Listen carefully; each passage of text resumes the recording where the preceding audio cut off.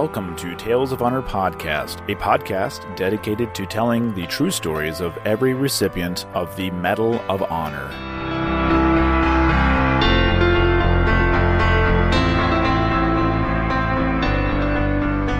Hello everyone, welcome to another episode of Tales of Honor Podcast, the only podcast dedicated to telling the true stories of every Medal of Honor recipient.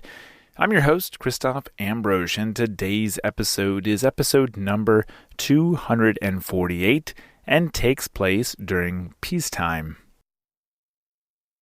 And now, a tale of honor.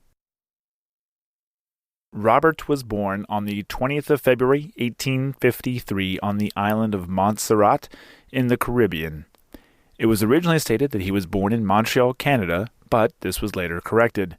He enlisted in the U.S. Navy in 1881 in New Jersey and served on the USS Kearsarge. It was his actions when the USS Kearsarge was anchored at Hampton Roads near Norfolk, Virginia, that would earn him his first Medal of Honor. The citation reads, "Serving on board the USS Kearsarge at Hampton Roads, Virginia, 26 October, 1881, Sweeney jumped overboard and assisted in saving from drowning a shipmate who had fallen overboard into a strongly running tide." Robert received his medal just 6 days after saving Seaman E. Christopherson, and 2 years later he was serving on board the USS Yantic.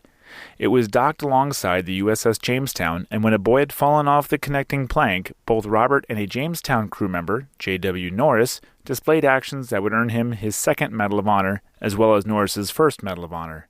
The citation reads, "Serving on board the USS Jamestown at the Navy Yard, New York, 20 December 1883, Sweeney rescued from drowning A.A. George, who had fallen overboard from that vessel."